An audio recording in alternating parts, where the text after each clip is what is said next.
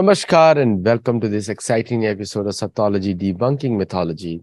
Sathology means science of truth or study of truth. Opposite of that is mythology, which means science or study of fake, lie, or imagination.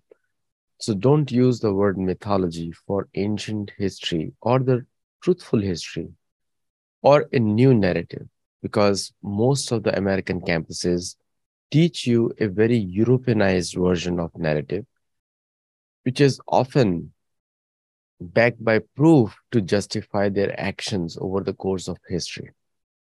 And very little has been done to present the history from a native point of view. Tears of the Sun is one book which was written. And also there is one book of mine, Lord, Glory, and God, which is more global perspective. And there are some other books also you can find in the American libraries or anywhere else where they have alternative viewpoints also. But what is being taught in the mainstream academic version is not the real version. That's a version of the conqueror, conquistadors in Spanish, we call it.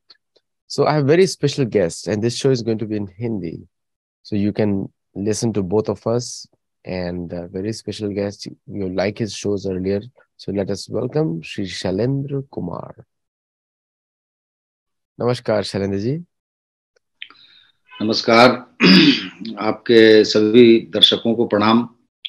और आज का जो विषय है उसके लिए मैं हमारे और आपके दोनों के सामूहिक जो दर्शक हैं उन्हीं को धन्यवाद देता हूं, क्योंकि जब मैं माओ और स्टालिन कर रहा था तो उनके कमेंट्स आए कि जो बाकी जो निरंकुश और तानाशाह हुए हैं, जिन्होंने बहुत लोगों को मारा है, ऐसे जो कम्युनिस्ट शासक हुए हैं उन पर भी इस तरह की वार्ता की जाए। तो मुझे बड़ा अच्छा लगा कि उन्होंने ऐसा कमेंट किया। और दूसरा, मैं उन सब लोगों को हृदय से आभार भी प्रकट करता हूं कि शबरीमला बहुत लोगों ने पसंद किया है। और कुछ लोगों ने ऐसा भी लिखा कि भाई हमारे जो विषय होते हैं वो बड़े ही विविध प्रकार के होते हैं, नाना प्रकार के होते हैं। तो ये भी अच्छी बात है। आज की जो वार्ता है वो बहुत ही महत्वपूर्ण है और रोचक भी है कई अर्थों में, क्योंकि हमारे संसार में जो उसको आप आदित्य जी, आप तो इसको जानते भी हैं कि अमेरिका में कनाडा से लेके नीचे चिले तक जो सब नाम है, उन नाम में भी स्थानीयता नहीं है। वो कोई नहीं जानता कि जो स्थानीय लोग थे, वहां के जो लोग हैं, वो अपने गांव, शहर या देश को क्या बोलते थे। इवन अमेरिका उनकी के क्या बारे में नहीं भाषा थी। मालूम। अमेरिका कंट्री के बारे में इसका नाम है टर्टल आइलैंड, टर्टल आइलैंड। हाँ हाँ हाँ, हाँ, आपने एक बार ट्वीट भी किया था। तो मैं बहुत ही दुखी हो जाता हूँ। ये दारुण व्यथा कथा है, आप कहिए, कि उन लोगों की, और संयोग से उनको सारे क्रिश्चियन इंडियन कहते हैं।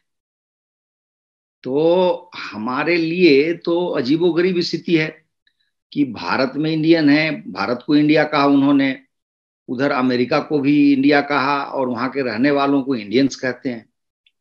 तो ये, वैसे तो हम मानते हैं कि वो सारे हमारे सनातनी भाई बहन हैं, उस हिसाब से हमारे उनके बीच में बहुत सारा साम्य है, और आगे मैं बताऊंगा भी तो आपको साम्य स्पष्ट हो जाएगा। लेकिन जो क्यूबा है, और क्यूबा, आदित्य जी, मैंने थोड़ी बहुत स्पेनिश पढ़ी है, तो मैं जानता हूं कि जो यू है वो उच्चारण नहीं होता, तो वो कूबा बोलते हैं। तो ये जो कहानी है वो कूबा की कहानी है। और ये भी नाम मुझे पता नहीं, ये स्पेन के लोगों ने रखा होगा इसको, क्योंकि वहां पर क्या नाम होगा, स्थानीय लोग क्या रखते होंगे, इस विषय में जब तक स्थानीय साहित्य नहीं निकल के आएगा तब तक हमें समझ में नहीं आएगा। नुआत्य, तो मैं, नुआत्य, हाँ, नुहात्य। तो हाँ, तो उसमें जो है, अच्छा कि आपने बता दिया। तो ये मैं स्क्रीन शेयर कर रहा हूं। इसमें जो मैं सबसे पहले आरंभ करना चाहता हूं इसको।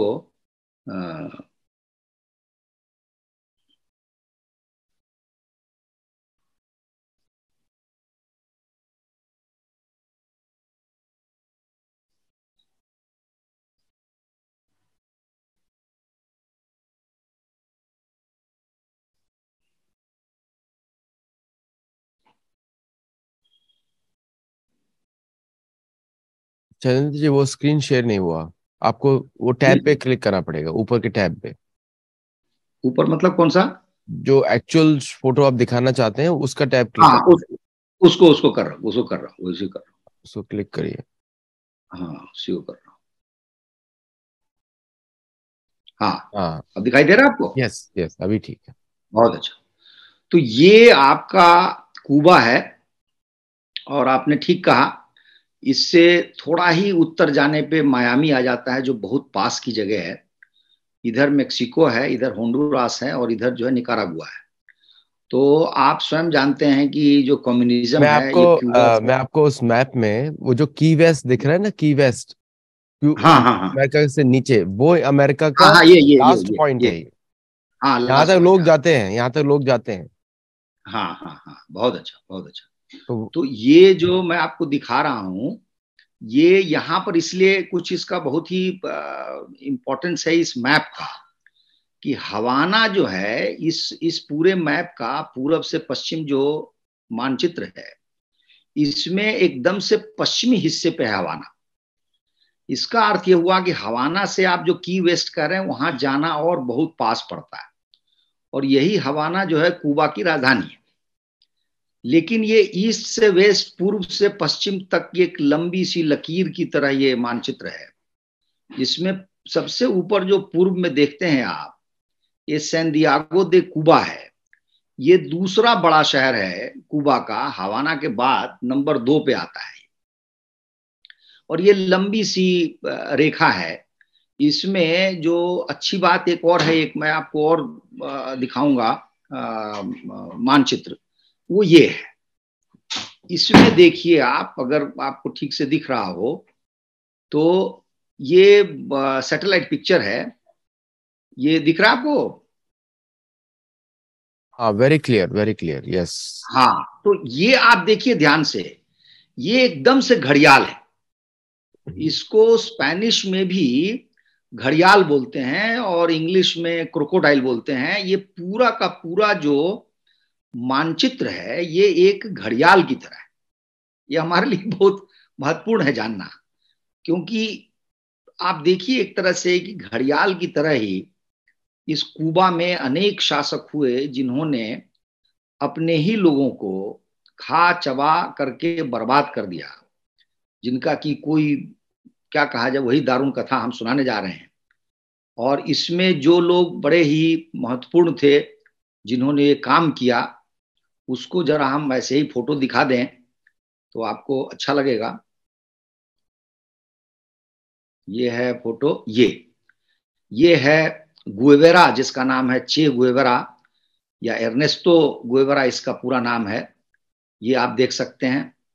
और ये एक फोटो है जो बहुत चलती है, और दुनिया में ये शायद ऐसा आदमी होगा जो आपको, जिसको कहते हैं ना पोस्टर बॉय की तरह, ये छाया रहा है दुनिया में। और इसके बाद में आपको मैं दिखाऊं कि आज भी कुबा में, ये आज की फोटो है, इसमें भी आपको बहुत जगह ये गुएबरा दिख जाएगा। तो ये जो मैं दिखा रहा हूं, इसमें भी आपको घड़ियाल का दृश्य दिख रहा होगा। तो इसको मैं अभी थोड़ा सा बंद करता हूं बताने के लिए कि क्या हम अब करें।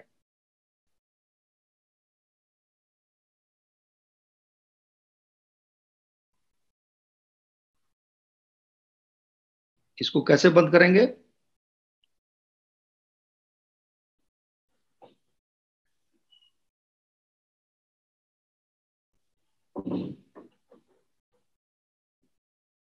It is close now, closed, या यू कैन शो स्पीक। अच्छा अच्छा, मैं दिख रहा हूं ना अब? ठीक है। तो अब मैं आपको ले चलता हूं आदित्य जी, इसकी इसके इतिहास पर। जो जो क्रोकोडाइल या घड़ियाल की तरह का जो आपने मैप देखा, इसके पूर्वी हिस्से में, सबसे जो पूरब है, जहां हमने सैन दियागो दिखाया था, यहीं पर पहली बार जो है, ये जो यहाँ का हिस्सा है, यहीं पहली बार, क्योंकि इधर आपको वो जो क्या बोलते हैं अटलांटिक है, शैलेंद्र जी, यहीं वो पर जहाज से। संतियागो है, संतियागो। हाँ, संतियागो, तो यहीं पर जो है स्पेन के लोग आए थे 1511 में। 1511 हमारे लिए बहुत महत्वपूर्ण है, क्योंकि 1510 में पुर्तगाली आया था हमारे यहाँ, अल्बुकर्क, जिसने गोवा जीता था, और उसके बाद में आप जानते ही हैं कि 1971 के आसपास तक गोवा पर उनका शासन रहा। तो ये एक ही समय है जब ये पूरब जाते हैं तो भारत पहुंचते हैं पुर्तगाली, और इधर स्पेन के लोग आते हैं। और आप ये देखिए आदित्य जी कि जब ये स्पेन के लोग यहाँ पहुंचे होंगे तो उस समय ये जो मानचित्र है इसमें सारे के सारे लोग रह रहे होंगे जो स्थानीय लोग थे, जो वहीं के लोग थे। और आज आपको घोर आश्चर्य होगा जान करके कि पिछले 25-30 वर्षों में जो साहित्य रचा गया है कुबा में, वहां ये मान लिया गया कि स्थानीय लोग समाप्त हो चुके हैं, विलुप्त हो चुके हैं, वहां कोई है ही नहीं। आप समझ सकते हैं मैं क्या कह रहा हूं? मतलब एक जो पूरा का पूरा समाज था, एक कहिए कि एक तरह के लोग थे, उनको ही समाप्त प्राय मान लिया गया। तो वो समाप्त कैसे हुए होंगे? तो भयंकर भीषण हिंसा से उनको मारा गया होगा। अभी कुछ वर्षों पूर्व थोड़ा बहुत जो शोध हुआ है, और ये जो मैं कुबा का जो पूर्वी हिस्सा दिखा रहा हूं, ये आप देखेंगे अगर सैटेलाइट मैप से, तो यहाँ पे थोड़े ऊंचे ऊंचे पहाड़ हैं, और पहाड़ों के बीच में कुछ स्थान हैं जिनमें स्थानीय लोग मिले हैं इनको। अभी की बात मैं कर रहा हूं, और इनकी कुल संख्या जिसका आकलन किया गया है वो है मात्र 4000, जबकि कुबा की जो कुल जनसंख्या है आज वो है 1,11,00,000। तो आदित्य जी आप कल्पना कर सकते हैं कि 1,11,00,000 लोगों में जो स्थानीय लोग कभी 100% रहे होंगे, आज उनकी संख्या मात्र 4000 है। और वे कैसे लोग हैं उन पर साहित्य जो है मुझे मिला, मुझे बड़ा अच्छा लगा कि उनके विषय में कुछ जानकारी मिली। वो ये जानकारी है कि ये अपनी तरह से अपनी परंपरा की को मानते हुए खेती बाड़ी करते हैं, जंगल से जो इनको मिलता है औषधीय जो पौधे लगाए हैं उनसे अपना ये उपचार करते हैं। और खेती बाड़ी का जो इनका तंत्र है वो इतना अच्छा है, इतना विकसित है कि कुबा में जब भी अकाल पड़ा या कम खाने को मिला तो इस समाज ने उनको खाने पीने की वस्तुएं भी दी। और आज भी इनका जो हाल है वो है कि ये सारे के सारे लोग ये धरती को धरती माता कहते हैं। जब भी बोलते हैं धरती तो धरती माता कहते हैं। और धरती माता और चंद्र और सूर्य इन तीन के उपासक हैं। लेकिन इनका दुर्भाग्य यह है कि इस पूरे समाज को एक नाम दिया गया है, और वह नाम अपने आप में भयंकर जो है कथा कहता है। वो है क्या कि आप जानते हैं स्पेनिश में जे जो है उसको साइलेंट मानते हैं, तो स्पेलिंग तो रोजास होता है ROJS, लेकिन उसको रोआस बोलते हैं। तो रोआस रामिरेस ये नाम दिया गया इस समाज को, और वो इसलिए दिया गया कि कोई एक स्पेनिश गवर्नर था, उसका ये नाम था। और उसके बाद जो वहां ईसाई थे उन्होंने इनका बपतिस्मा कर दिया। अब आप सोचिए, इनको क्रिश्चियन बना दिया, इनका समाज का नाम भी जो भी स्पेनिश जो भी व्यक्ति रहा हो उसने अपना नाम दे दिया। इन बेचारों का कोई नाम नहीं है और इनको बपतिस्मा करा दिया गया। बपतिस्मा के बावजूद जो लेखक हैं वो लिखते हैं कि ये चंद्र सूर्य और धरती का जो इनका महत्व था इनके समाज में, उसमें कोई कमी नहीं आई। जब भी कोई बच्चा जन्म लेता है तो उसके समय ये जो कहिए कि पवित्र जल है उससे उस बच्चे पे छिड़काव करते हैं बपतिस्मा के नाम पर, लेकिन साथ ही सूर्य चंद्र और धरती माता की भी उपासना करते हैं, उनकी भी पूजा अर्चना करते हैं। तो हमारे लिए ये एक दारुण कथा इसलिए है कि कुबा जैसी जगह में मात्र 300-350 वर्षों में, यानी कि 1511 से आया और ये जो आधुनिक युग है ये शुरुआत हुई, और उसके बाद में इनको लगभग समाप्त प्राय घोषित कर दिया गया। और आज की जो स्थिति है 4000 कोई बड़ी संख्या नहीं। अब ये बात है कि ये हुआ कैसे, और फिर कुबा में ये बार बार क्यों हिंसा हुई, तो इसका कारण यह है कि कुबा में जब स्पेन वाले आए तो वो भी तानाशाह थे, निरंकुश शासन चल रहा था। तो अंतिम जो इसका बहुत बड़ा जो कहिए कि निरंकुश शासक होगा, तानाशाह होगा, उसका नाम था गेरार्डो मचादो।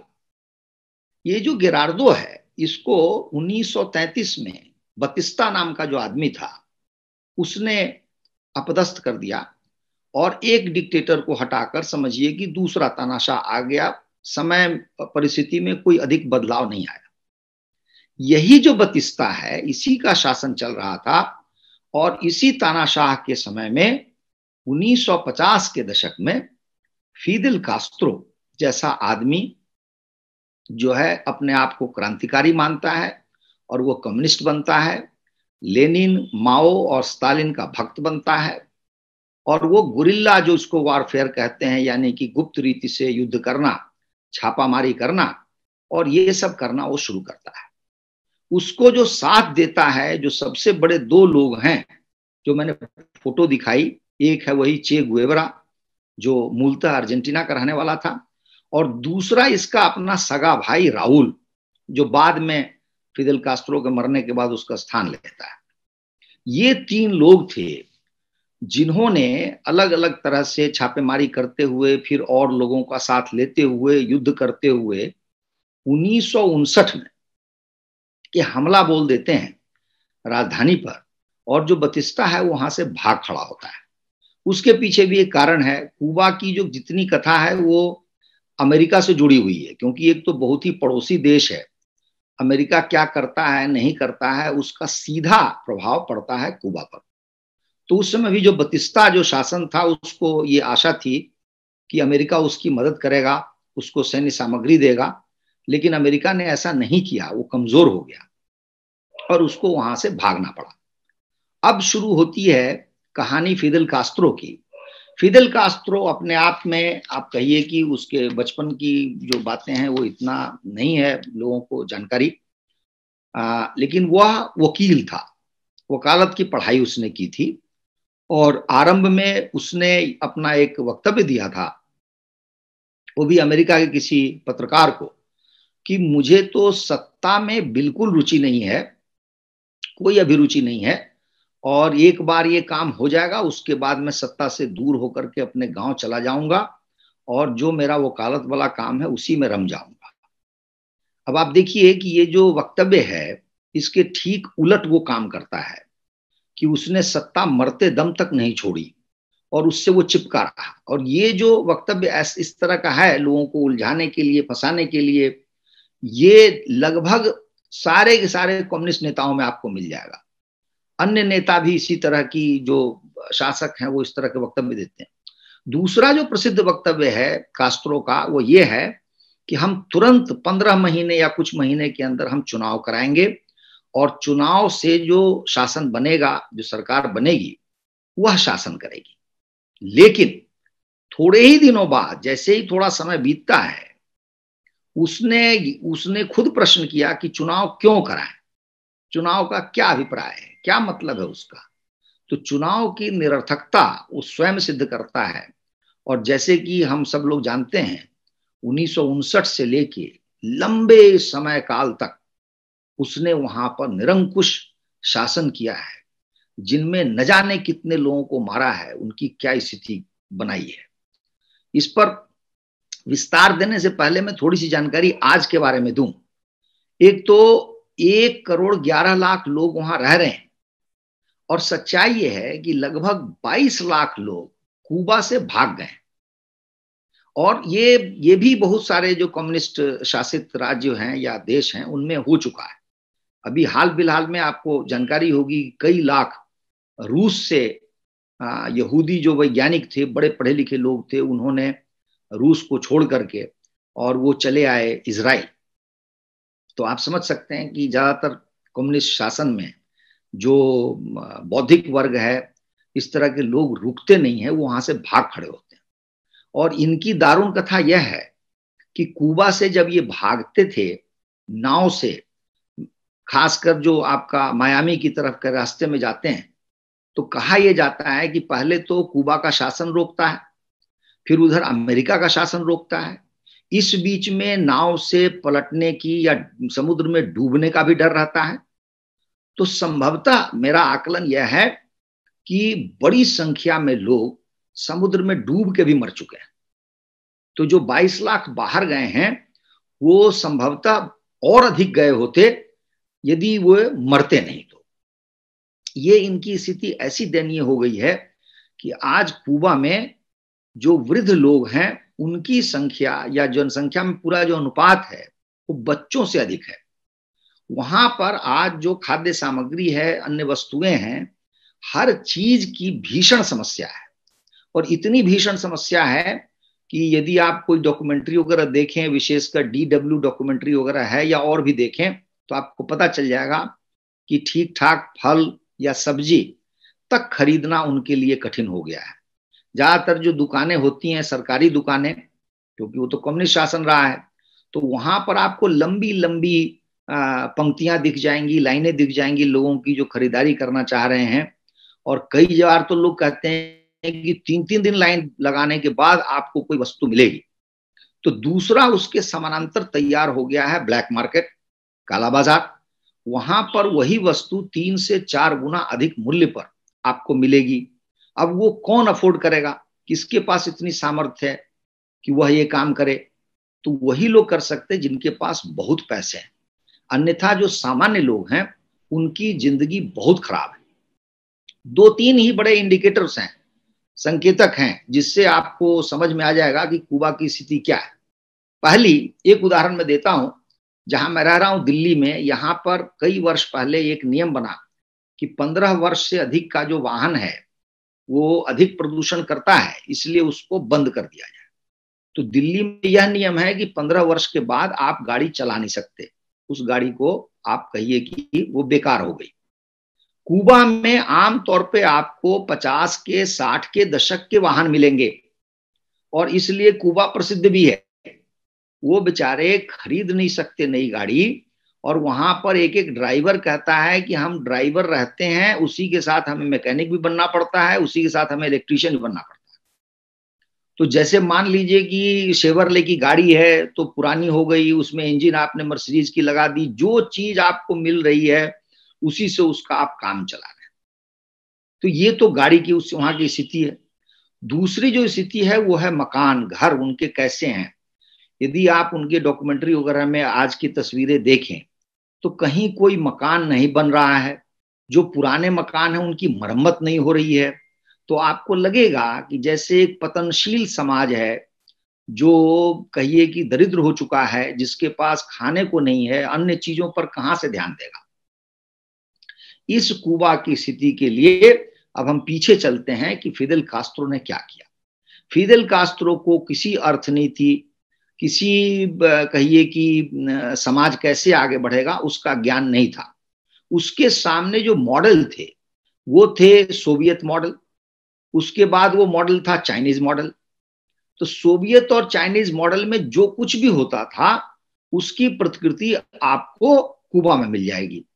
तो पहला काम राष्ट्र प्रमुख बनते ही फिदेल कास्त्रो ने यह किया कि एक एक करके उसके जितने मंत्री थे उनको ऐसी स्थिति उत्पन्न कर दी कि या तो वो त्याग पत्र दे के भाग गए, अब भागने के लिए वो अमेरिका ही जाते थे, मियामी वगैरह चले जाते थे, या तो उनको कहीं और जेल में बंद कर दिया, या उनको गोली मार दी गई। और ये इतनी बड़ी संख्या में हुआ कि आपको एक एक करके लगभग उसने सारे मंत्रियों को अपने कहिए कि सामने से उसको हटा दिया।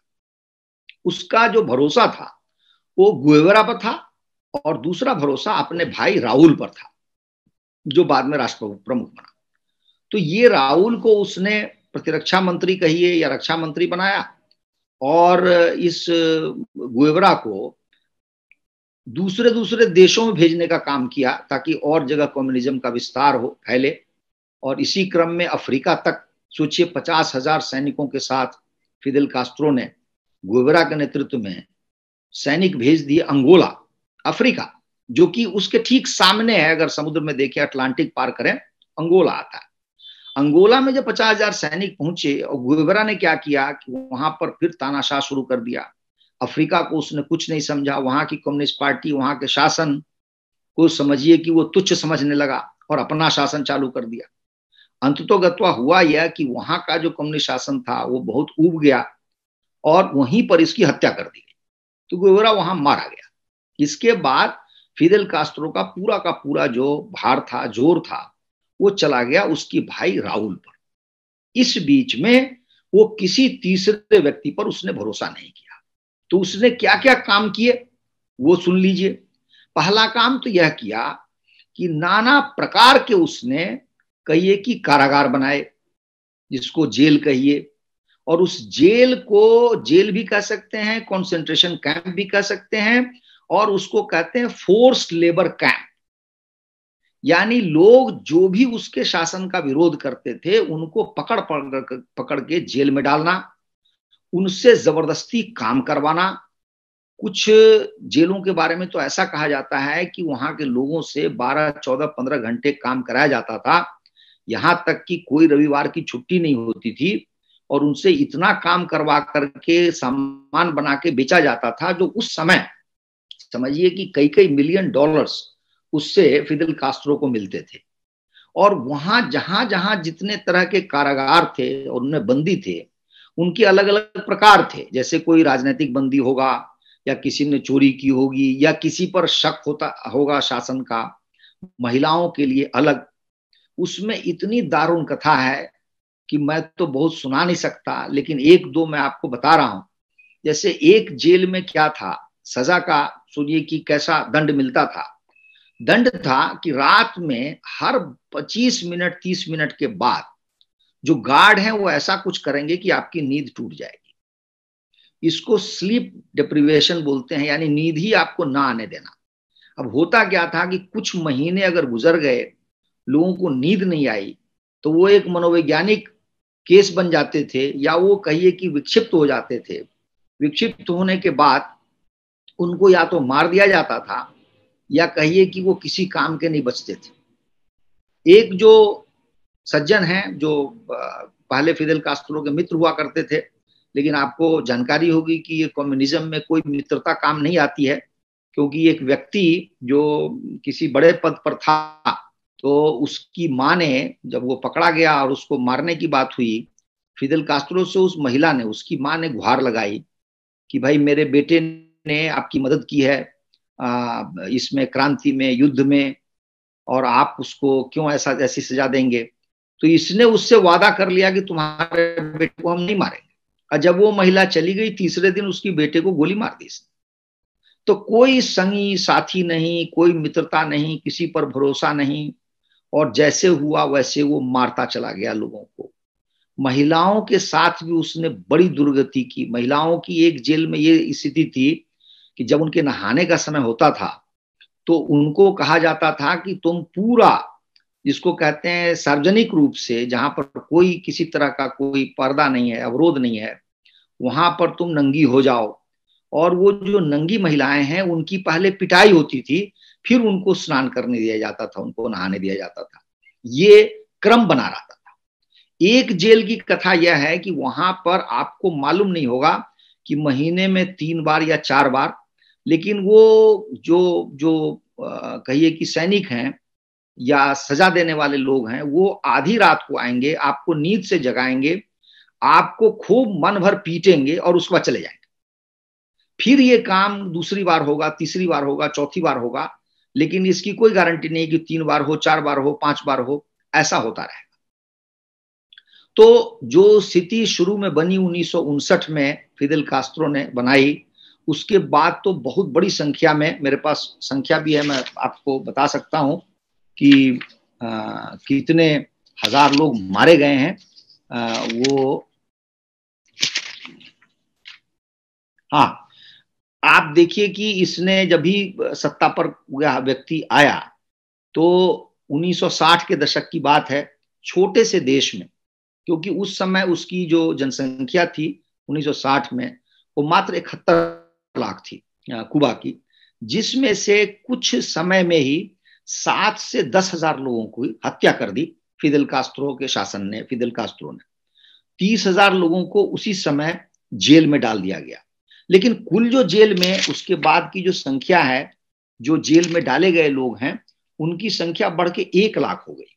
आप सोचिए 71 लाख की जनसंख्या में 1 लाख लोग जेल में रह रहे हों, हजारों मारे जा रहे हों, और ये क्रम बाद में भी चलता रहा। जब भी किसी को, फिदेल कास्त्रो को लगा कि कोई तैयार हो रहा है, हमें सत्ता से हटाया जा सकता है, तो वहां पर वो हमला करता था और वहां निर्दोष लोगों को भी मारा जाता था।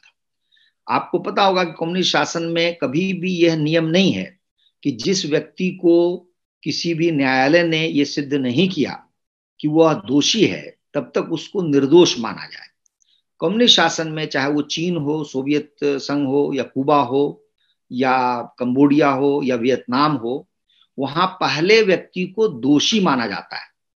कंबोडिया वगैरह में तो कहा गया है कि जिसका अरेस्ट कर लिया गया, जिसको गिरफ्तार कर लिया गया, इसका मतलब ही है कि वो दोषी है। बाद में सिद्ध होता है नहीं होता है, इससे कोई अंतर नहीं पड़ता। तो कुबा में भी यही काम हुआ कि इस तरह लोगों को रखा गया। धीरे धीरे क्या हुआ कि वहां से जितने सामर्थ्यवान लोग थे, बौद्धिक थे, क्योंकि इनके गुप्तचर की संख्या जो है, आप सुनेंगे तो दंग रह जाएंगे कि कहां शासन की जो ऊर्जा है वो कहां जा रही है। शासन की ऊर्जा केवल गलत काम में जा रही है, तो नतीजा तो यही होगा ना कि उसकी अर्थव्यवस्था बर्बाद हो जाएगी, गरीब बेचारे और गरीब हो जाएंगे। एक जगह दिया हुआ है कि कितने हजार उसके केवल गुप्तचर थे, और ये गुप्तचर जो है अलग अलग दिशा में सब पर नजर रखते थे, चाहे वो आपका घर परिवार हो, या डिपार्टमेंट हो, सरकारी डिपार्टमेंट हो, या फिर कोई लेखक हो, कवि हो, चर्च हो। तो धीरे धीरे करके सब पर नजर है, और कहीं से कोई शक हुआ, कहीं से कोई संदेह हुआ, उसको तुरंत उठा के जेल में डाल दिया गया। परिणाम यह हुआ कि कुबा धीरे धीरे करके बर्बाद हो गया। वहां से अच्छे लोग निकल गए, अकाल भी पड़ा, भूखमरी भी हुई। कुछ लोग बताते हैं कि पता नहीं कितने हजार लोग तो जेल में इसलिए मर गए कि उनको पर्याप्त भोजन ही नहीं मिला। तो भोजन का अभाव वहां हो गया, और कालांतर में, ये 1994 की बात है, दिसंबर का महीना था। मैं स्वयं इस चीज को जानता हूं कि जब मैं सरकार में काम कर रहा था उस समय, तो मेरे पास एक फाइल आई जिसमें ये लिखा था कि 2 या 3 जहाज जो शिपमेंट होता है, वो चावल की मांग की गई थी क्यूबा से, और वो चावल दे भी दिया गया था, लेकिन क्यूबा पैसे नहीं दे रहा था। तो उसमें हमारी समस्या ये थी, हमारी चुनौती ये थी कि क्यूबा से पैसे कैसे लिए जाएं। तो मुझे ये समझ में नहीं आया, मैं 1994 की बात कर रहा हूँ, आज 2023 है, आज से ठीक 29 वर्ष पूर्व की बात कह रहा हूँ, कि क्यूबा की स्थिति क्यों ऐसी है कि वो भारत से चावल लेता है और उस चावल के लिए उसके पास पैसे नहीं है। और जब भी मैं फाइल देखता था, पत्राचार होता था हवाना से, हमारे जो ऑफिस होते थे, तो हमें ये उत्तर मिलता था कि उसकी जो माइंस हैं, खदान हैं, उनमें कुछ मेटल हैं जो महंगे बिकते हैं, वो मेटल बिकेंगे, उनसे पैसा आएगा, तब जाकर के भारत को पैसा मिलेगा। और भारत में चूंकि प्राइवेट लोगों ने भेजा था वो चावल, भारत सरकार ने स्वयं नहीं भेजा था, तो ये बेचारे संकट में थे कि इनको पैसे कहाँ से मिलेंगे। मैं कई वर्षों तक वहां रहा अपने उस काम पर, लेकिन मेरे सामने वो पैसे नहीं आए। तो स्थिति यह है आदित्य जी कि 1989-88 के आसपास तक कह लीजिए, जो शुरू के 2-3 दशक थे, उसमें हवाना को या फिदेल कास्त्रो को या कुबा को कुछ दान दक्षिणा, कुछ भिक्षा सोवियत संघ से मिल जाती थी, कुछ भिक्षा चीन से मिल जाती थी, इसी तरह के जो कुछ और कम्युनिस्ट शासन है वहां से कुछ मिल जाती थी। और कुबा का दुर्भाग्य यह था कि बतिस्ता के समय के थोड़े बाद से अमेरिका ने पूरी तरह से इस पर एम्बार्गो लगा दिया, हर तरह के ट्रांजैक्शन पे रोक लगा दी। चूंकि अमेरिका समृद्ध देश था और एकदम से पड़ोस में था, उसी से जब उसका कोई व्यापार नहीं हो सकता, उसी से जब वो कुछ पैसे नहीं कमा सकता, तो कुबा के पास कुछ नहीं बचा। आज जो परिणाम है वो सब उसी का परिणाम है कि फिदेल कास्त्रो जैसे एक नृशंस व्यक्ति ने जिसको मैं कहूंगा कि हत्यारा था, वो गुएवरा भी हत्यारा था, और राहुल जो बाद में प्रमुख बना वो भी हत्यारा था। इन लोगों ने अपने ही समाज के लोगों को, अपने ही भाई बहन को, अपने ही कहिए कि निकट के लोगों को, अपने ही मित्रों को, सबको मार मूर के खत्म करके उस देश को समाप्त कर दिया। और आज कुबा की स्थिति यह है कि वह इतने घोर संकट में है कि कोई नहीं जानता कि कुबा नाम का देश आगे 40-50 वर्षों में कहां जाएगा, क्योंकि वहां बच्चों की संख्या बहुत घट गई है, वहां पर रोजगार के साधन नहीं है, वहां खाने पीने को नहीं है, और ये लोग जानते हैं कि जीवन इतना कठिन है, इसमें महिलाएं बच्चा जन्म नहीं देना चाहती, इसीलिए बच्चों का अनुपात घट गया है। अब वहां केवल वृद्ध लोग हैं, और उन वृद्ध लोगों में से भी बहुत सारे वृद्ध लोग स्पेन के पास एक द्वीप है जहां जाके रहना चाहते हैं वो अपने बुढ़ापे में। अब वो भी आप सोचिए कि इस वृद्धावस्था में अगर अपनी जड़ से वो कट जाते हैं तो उनकी मानसिक स्थिति क्या होगी। लेकिन उनको अच्छा भोजन मिलेगा, अच्छा रहने का आवास मिलेगा, इस कारण से वो भी जा रहे हैं। तो पिछले 50 वर्षों में या 60 वर्षों में कुबा नाम की जगह में परिवार को अलग कर दिया गया, छिन्न भिन्न कर दिया गया, और उसका जो दंड विधान है उसमें यह है कि जो व्यक्ति कारागार में गया है उस व्यक्ति का वह दंड पूरा नहीं होगा, क्योंकि उस दंड में शामिल होंगे उसके बच्चे। उन बच्चों को विद्यालयों में नामांकन नहीं मिलेगा, अन्य जो सुविधाएं हैं वो नहीं मिलेंगी। तो इसको कहते हैं पीढ़ियों का दंड, यानी कि एक व्यक्ति को दंड आप देते हैं तो वो कई पीढ़ी तक दंड जाता है। इसलिए लोगों के पास भागने के सिवा कोई उपाय नहीं था, और आज भी भागने के सिवा कोई उपाय नहीं है। परंतु दुर्भाग्य है कि वहां का शासन भी उन लोगों को रोकता है। और एक इसमें दृष्टांत मैं बताऊं कि एक बार की बात है कि एक कोई वहां दूतावास है जहां लोग जाना चाह रहे थे क्यूबा छोड़ने के लिए। वहां पर लाखों लोग इकट्ठे हो गए, क्योंकि उनको वीजा नहीं मिल रहा था, उनको जाने का आदेश नहीं दिया जा रहा था। फिदेल कास्त्रो पर इतना दबाव आया कि अंत में उसने अनुमति दी, और एक साथ 1,25,000 लोग कुबा छोड़ के चले गए। इस तरह से बार बार यह एक कहिए कि एक लहर के तरीके से वहां से लोग निकलते गए हैं, और आज भी निकल रहे हैं।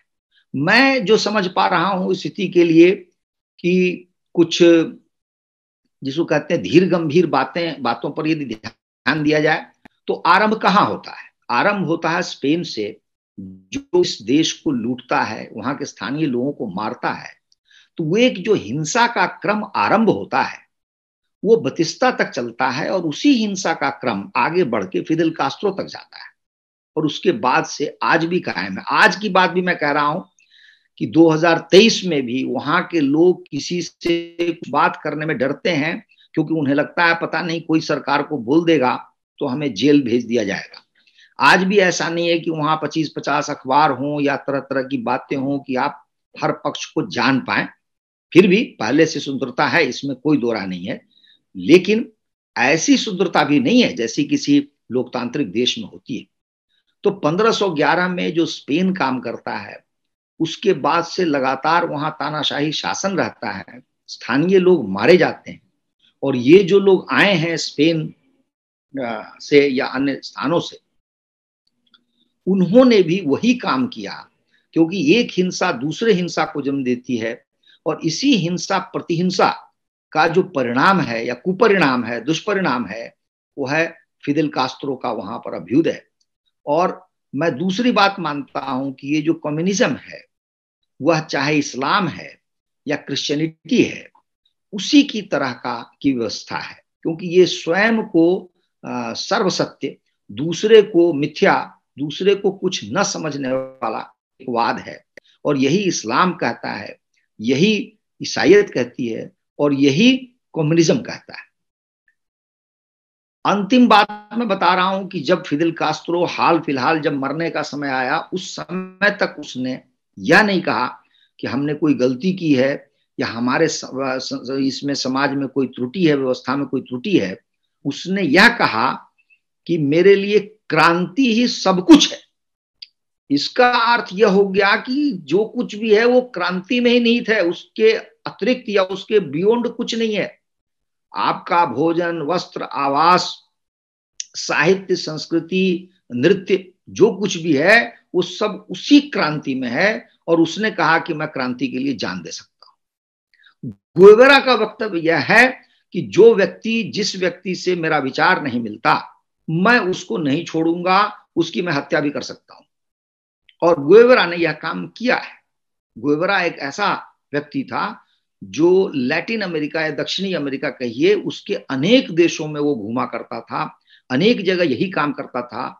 जंगलों में घूमना, यहाँ इसको मारना, जो गुप्तचर वाला काम है वह करना, गुप्त रूप से छापा मारना, गुरिल्ला वॉर करना, तो वो काम उसने किया। और उसका भी यही कहना था कि मेरा विचार तो, चाहे कोई मित्र भी हो, लेकिन उसको मेरा विचार तो मानना पड़ेगा, अगर वो नहीं मानता है तो मेरा मित्र नहीं है। तो इस अपने कहिए कि एक तरह से विक्षिप्त विचार के कारण एक छोटा सा नन्हा सा देश, जो अन्यथा इतना सुंदर हो सकता है, सुंदर है भी, उसको इन्होंने, उसका रक्त रंजित इतिहास है और वर्तमान भी ऐसा नहीं है जिससे हम आशा कर सकें कि भविष्य सुंदर होगा। आप इसमें तो इतने पर मैं वाणी को विराम देता हूं। आप इसमें एक पॉइंट बोलना भूल गए इधर, अमेरिकन सैंक्शंस वही तो 1962 मैंने से एम्बार्गो लगे कहा हैं। ना। हाँ, वो एम्बार्गो है, सैंक्शन है और तभी से, आपने बिल्कुल। जब मैप दिखाया उसमें उसमें आप उसी के साउथ में, संतियागो के थोड़ा ईस्ट में एक हम्म। जगह है ग्वांटानामो बे, हाँ हाँ, है। यूएस मिलिट्री का बेस। हाँ हाँ हाँ और हाँ। उसके बाजू में एक और देश है हाइती, जहाँ पे हाइती है, कोलंबस, हाइती है। हाइती है जहाँ हाँ पे हाँ। स्पेनियर्ड्स फर्स्ट टाइम आए थे उधर। वहां पे हम्म। अभी अमेरिकन इन्वेजन चल रहा है और इस वहां की समय। भी बहुत बुरी हालत है, बहुत बुरी हालत है उसकी भी। नहीं, इस समय वहां पे अमेरिकन इन्वेजन चल रहा है, मिलिट्री वहां पे गई हुई है। तो पूरी दुनिया अच्छा। में, हाँ। हाँ, अभी ये न्यूज आई नहीं रही है कि अच्छा। अमेरिका इतना समृद्धिशाली देश है, सबसे हम्म दुनिया का रिचेस्ट देश है, लेकिन सारे हम्म देश उसके साथ साउथ में गरीब है, सारे के सारे, सारे सारे, बिल्कुल बिल्कुल सही क्योंकि बात। सब पे सैंक्शन लगे हुए हैं, सबके ऊपर। हाँ हाँ हाँ, सब बिल्कुल। लेकिन ये बात को कोई भी देश उठाता नहीं है हाँ, कि नहीं उठाता। सैंक्शंस भी एक तरीके का ह्यूमन राइट्स वायलेशन है। वायलेशन है, क्योंकि आप है। सैंक्शन से जानबूझ के उसको गरीब कर रहे हैं कि वो, हम्म जो नेचुरली एक छोटा देश बड़े देश पे डिपेंड करता ही है। और करता है, करता है। और तो वहां के लोगों के पास कोई चारा है नहीं। तो वहां के लोग, फीडल कास्ट्रो को मैं बिल्कुल सपोर्ट नहीं करता हूँ बिकॉज ऑफ हिज एक्शन, लेकिन ऐसा भी नहीं है कि वहां के लोग, लीडरशिप को पनपने ही नहीं दिया जाता अभी तक। एक कॉलोनी हम्म के रूप में अभी भी चलते हैं। तो ऐसा नहीं है कि कॉलोनाइजेशन हैज एंडेड, एक नया hmm form of colonisation has started जो कि कॉर्पोरेट ड्रिवन है। जैसे हम्म आईएमएफ हो गया, वर्ल्ड बैंक हो गया, ये सब कॉलोनाइजेशन टूल्स हैं, यूनाइटेड नेशंस हो हम्म गया। तो हम्म। तो इस विषय में भी हम लोग कभी डिस्कस करेंगे कि नहीं नहीं, क्यों कुछ अवश्य देश अवश्य आगे अवश्य। नहीं आ पाते हैं। ये जो हाँ। जो इंडिया ने जो लीडरशिप लिया है ग्लोबल साउथ का, उसमें ये सारे हम्म। इश्यूज आने चाहिए कि कोई बिल्कुल अगर, आना चाहिए। क्योंकि ये सारी कॉलोनीज हैं, ये हम्म म्यूचुअली डिपेंडेंट थी शुरू से। आप हम्म। अगर स्पेनिश इतिहास देखेंगे तो क्यूबा का, फ्लोरिडा का से ट्रेड हमेशा चलता रहा है, हमेशा चलता रहा है। हम्म। वहां के नहीं, नेटिव चलना अमेरिकन, चाहिए भी, समाज एक दूसरे से मिलके ही तो बनता है। उसके पास में ही अब देखिए मैक्सिको ना, है। हमारे हाँ। हमारे बगल में आप पाकिस्तान को देख लीजिए ना, पाकिस्तान ने अपने आप हमारे से व्यापार बंद कर दिया। नहीं, बट अब पाकिस्तान तो आज एक वहां बड़ा पर परिणाम यह हॉस्टाइल, है कि उसको खाने को नहीं है। पाकिस्तान के साथ प्रॉब्लम क्या है कि वो इस्लामिक हेट्रेड जो हिंदुओं के विरुद्ध है, हाँ। इसलिए प्रॉब्लम है उसका मेन। क्योंकि पाकिस्तान तो हिंदू राष्ट्रीय है, हिंदुओं की हम्म जमीन है, तो वो तो हम्म। वो तो एग्जिस्ट ही नहीं कर सकता भारत के बिना। लेकिन नहीं अभी तक करता, चल नहीं रहा करता। था, अमेरिका उसको दान देता रहता था, वो इकट्ठा करते हम्म रहते थे। लेकिन अभी तो हम्म हालत सही किया इंडिया ने कि ट्रेड बंद कर देना चाहिए उनके साथ, क्योंकि हम्म फालतू में होगा। लेकिन क्यूबन के साथ ऐसा नहीं है, दे आर, हम्म वो उनका एक कल्चरल कनेक्शन भी है। बट ये जो हम्म ब्रिटिश वर्सेस स्पेनिश राइवलरी है, उसकी हम्म वजह से ये वही सिस्टम आज तक चल रहा है। और बहुत सारे पार्ट्स ऑफ क्यूबा जो है वो are occupied by the American forces, बहुत सारे हम्म पार्ट्स। हम्म ग्वांटानो बे तो हम्म एक जस्ट एग्जांपल है। हम्म। तो बहुत बहुत धन्यवाद आपका। और इस विषय में दर्शकों को ये वीडियो बहुत ही अच्छा लगेगा, क्योंकि पहली बार हम लोगों ने किसी शो ने क्यूबा का भारतीय पर्सपेक्टिव रखा है, जो कि नेटिव पर्सपेक्टिव है। तो थैंक यू वेरी नहीं, मच। एक एक एक एक अंतिम अंतिम वाक्य मैं यही बोलना चाह रहा हूं कि यदि आपकी बात भी मान ली जाए, जो आप IMF वर्ल्ड बैंक की कह रहे हैं, तब भी मैं मानता हूं कि भविष्य जो है दुनिया में किसी भी देश का, वो भविष्य है सनातन में। जब तक आपका मूल्य सनातनी नहीं होगा, क्योंकि ये जो मूल्य जो मैंने तीनों बताए हैं, ये विनाशकारी मूल्य है। उसी में रचनात्मकता है, उसी में भविष्य है, उसी में आप स्वस्थ रह सकते हैं, उसी में आप आनंदित हो सकते बिल्कुल सही बोला आपने, बिकॉज जो नेटिव कल्चर्स है, अगर आप उनको ठीक से देखेंगे क्लोजली, वो सारे सनातन धर्म के कॉन्सेप्ट पे बेस्ड है। सूर्य पूजा, हैं। बिल्कुल चंद्र बिल्कुल, यही पूजा, मैंने शुरू कहा, बिल्कुल। हाँ, वो सब उसी पे बेस्ड है, प्रिंसिपल सेम है। और हाँ, अगर प्रिंसिपल उसी सेम। को, तो भारत ही एकमात्र देश बचा जो नेटिव्स को बचा सकता है। कोई हाँ और हाँ देश हाँ, नहीं है। नहीं है, नहीं है, नहीं है। क्योंकि भारत में ही आदिवासियों के उनके अधिकारों की रक्षा होती है, आदिवासियों की हाँ भाषा को प्रमोट किया जाता है। हाँ। और वो एक भारत ही एक देश बचा जो नेटिव्स का फ्रेंडली है, बाकी कोई भी देश नहीं है, बाकी सब कॉलोनीज है। कोई भी देश नहीं, तो भारत को ही कोई आगे भी आना देश नहीं पड़ेगा। है। अब आप देखिए ना, आपने जो तो उधर का यात्रा भी की है, पुस्तकें भी लिखी हैं। मैं ढूंढ रहा था कि बढ़िया कोई साहित्य मिले।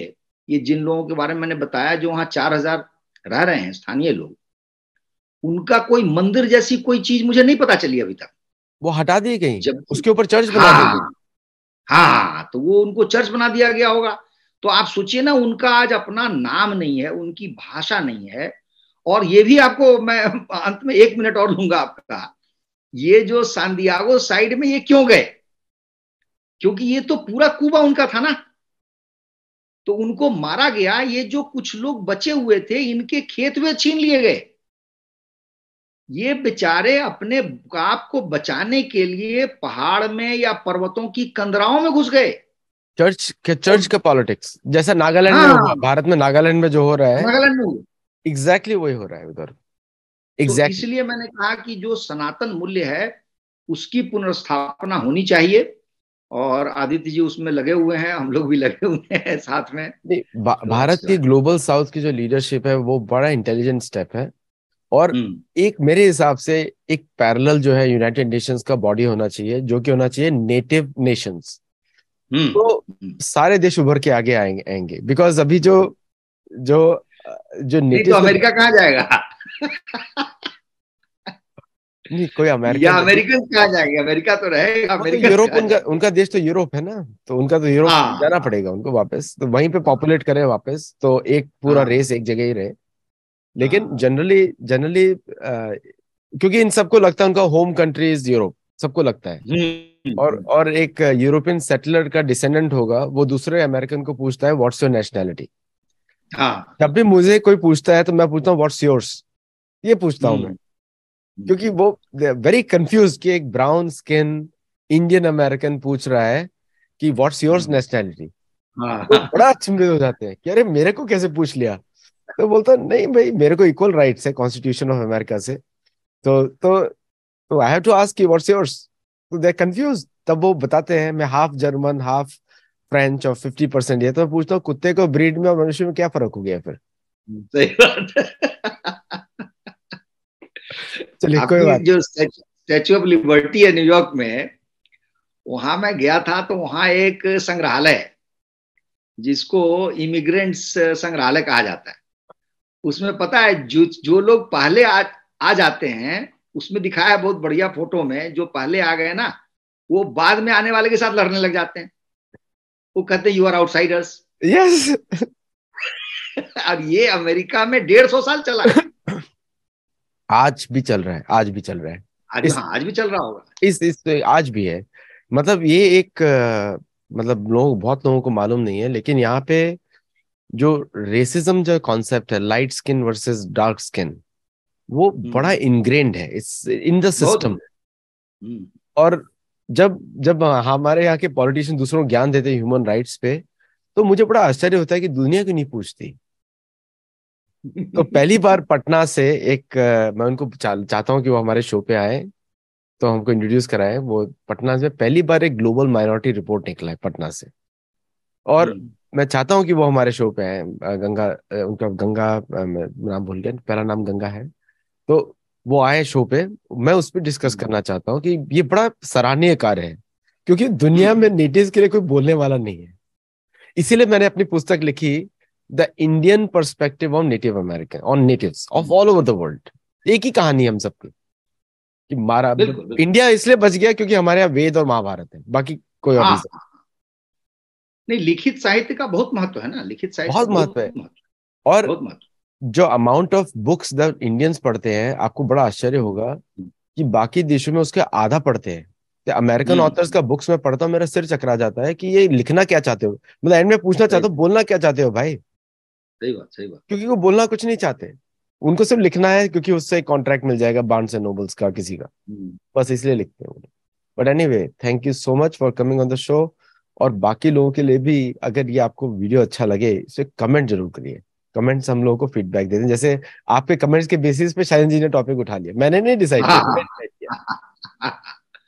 सही बात। थैंक यू सो मच, नमस्ते। चलिए, चलिए, सब सारे दर्शकों को प्रणाम।